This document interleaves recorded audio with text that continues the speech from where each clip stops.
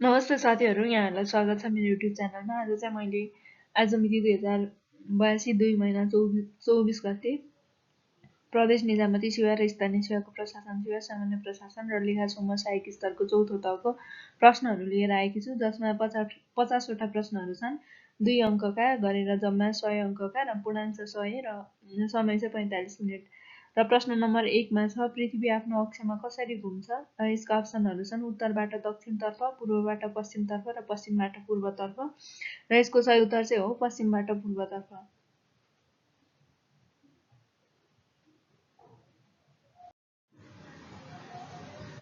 त्यसैगरी प्रश्न नम्बर 2 मा छ, न्यानो समशीतोष्ण हावापानी समुद्र सतहदेखि कति मिटरसम्मको उचाइमा पाइन्छ?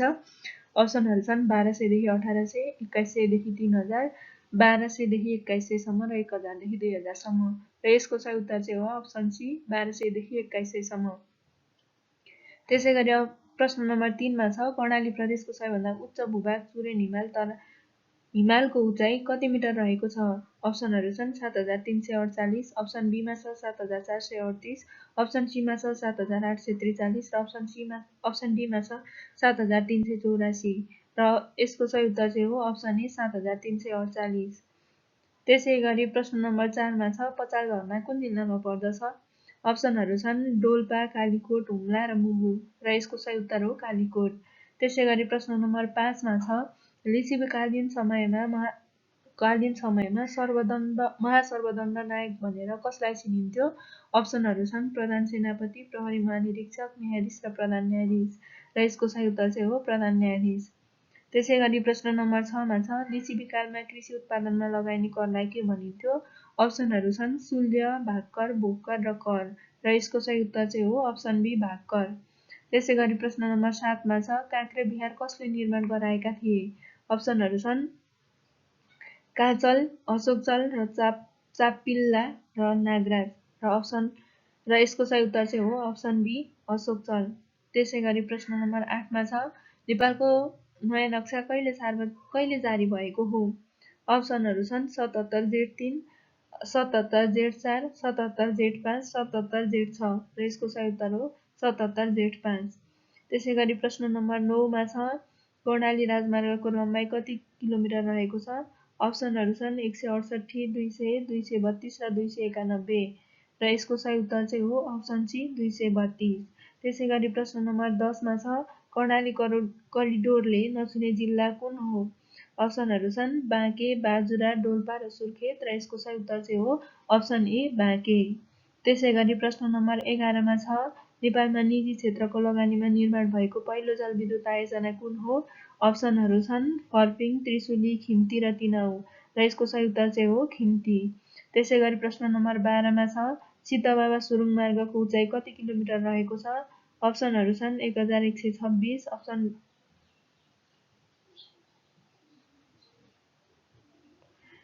सिद्धबाबा सुरुङ मार्गको लम्बाइ कति किलोमिटर रहेको छ? अप्सनहरू छन् 1.12 छ, अप्सन बी मा छ 1.155 किलोमिटर, अप्सन सी मा छ 2.155 किलोमिटर र अप्सन डी मा छ 1.22 छ। र यसको सही उत्तर चाहिँ हो 1.12 छ, अर्थात् अप्सन ए। त्यसैगरी प्रश्न नम्बर 13 मा छ, कृषि गणना 2078 अनुसार नेपालमा कति प्रतिशत कृषक परिवार रहेको पाइएको छ? अप्सनहरू छन् 61, 62, 66 र 71। र यसको सही उत्तर चाहिँ अप्सन बी 62% हो। त्यसैगरी प्रश्न नम्बर 14 मा छ, 16औं योजनाले 2021 सम्म विद्युत उत्पादन कति मेगावाट पुर्याउने लक्ष्य राखिएको छ? र यसमा अप्सनहरू छन् 47, 50, 35 र 30। र यसको सही उत्तर चाहिँ हो 40,000 मेगावाट।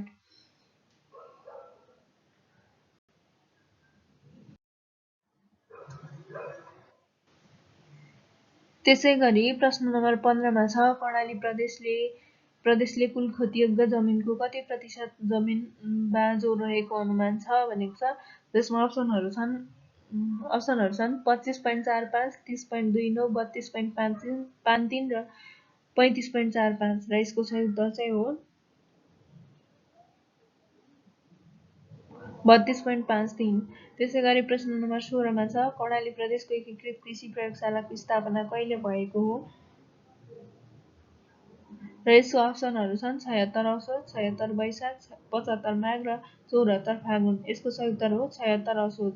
त्यसै गरी प्रश्न नम्बर 17 मा छ नेपालको संविधान अनुसार अभिष्ट अधिकार कुन तहको हो?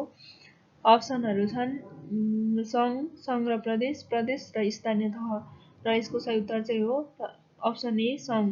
त्यसै गरी प्रश्न नम्बर 18 मा छ प्रदेश सभाको सदस्य हुन कति वर्ष उमेर पुरा भएको हुनुपर्दछ? अप्सनहरू छन् 35, 45, 25 र 55 र यसको सही उत्तर चाहिँ हो अप्सन सी 25। त्यसै गरी प्रश्न नम्बर 19 मा छ नेपाललाई कहिले औपचारिक रूपमा गणतन्त्रात्मक मुलुक घोषणा गरियो? अप्सनहरू छन् विक्रम 2064 जेठ 15, अप्सन बीमा छ 64 जेठ 20, अप्सन सीमा छ 65 वैशाख 11, अप्सन डीमा छ 65 जेठ 15 र यसको सही उत्तर चाहिँ हो 65 जेठ 15। त्यसै गरी प्रश्न नम्बर 20 मा छ राष्ट्रिय जनगणना 2078 अनुसार सहरी जनसङ्ख्या कति प्रतिशत रहेको छ? अप्सनहरू छन् 66.16, 66.17, 66.18 र 66.19 र यसको सही उत्तर चाहिँ हो अप्सन बी 66.17। त्यसै गरी प्रश्न नम्बर 21 मा छ सगरमाथा संवाद केसँग सम्बन्धित छ? अप्सनहरू छन् पर्यटन र पर्यटन उद्योग, लगानी सम्मेलन र जलवायु परिवर्तन र यसको सही उत्तर चाहिँ हो जलवायु परिवर्तन। त्यसै गरी प्रश्न नम्बर 22 मा छ अन्तर्राष्ट्रिय जैव विविधता दिवस कहिले मनाइन्छ? अप्सनहरू छन् फेब्रुअरी 2, मे 22, जुन 5 र सेप्टेम्बर 16 र यसको सही उत्तर चाहिँ हो फेब्रुअरी 2। त्यसै गरी प्रश्न नम्बर 3 मा छ पहिलो पटक ग्रीन हाउस इफेक्टको अवधारणा पत्ता लगाउने वैज्ञानिक को हुन्? अप्सनहरू छन् बेरिट जिन फरियार, आर्थिनस, रबर्ट स्मिथ र माथिका कुनै पनि होइन र यसको सही उत्तर चाहिँ हो बेरिटजिन फरियार। त्यसै गरी प्रश्न नम्बर 24 मा छ सार्कको बडापत्रमा कतिवटा धाराहरू रहेका छन्? अप्सनहरू छन् 7, 8, 10 र 12 र यसको सही उत्तर चाहिँ हो अप्सन सी 10। त्यसै गरी प्रश्न नम्बर 25 मा छ संयुक्त राष्ट्र सङ्घको सुरक्षा परिषदमा जम्मा कति सदस्य राष्ट्रहरू रहेका छन्? यसमा अप्सनहरू छन् 5, 10, 15 र 20 र यसको सही उत्तर हो अप्सन सी 15। त्यसै गरी प्रश्न नम्बर 27 मा छ शक्तिलाई कुन इकाइमा नापिन्छ? अप्सनहरू छन् जुल, वाट, न्युटन र पास्कल र यसको सही उत्तर हो अप्सन ए जुल। त्यसै गरी प्रश्न नम्बर 28 मा छ नेपाल सरकारले नारी केबको शुभारम्भ कहिले गरेको हो? अप्सनहरू छन् 2077 पुस 2, 2077 माघ 2, विक्रम 2077 फागुन 2, विक्रम 2077 चैत 2 र यसको सही उत्तर हो विक्रम 2077 माघ 2। त्यसै गरी नेपालमा एटिएम कार्डको प्रयोगमा ल्याउने पहिलो ब्याङ्क कुन हो?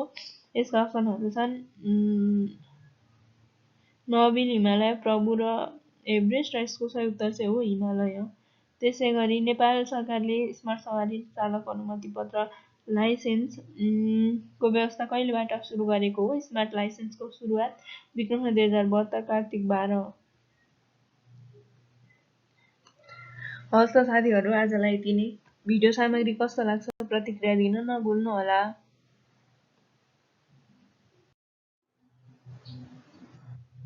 हस् त साथीहरू आजलाई भिडियो यति नै। कस्तो लाग्छ प्रतिक्रिया दिन नभुल्नुहोला।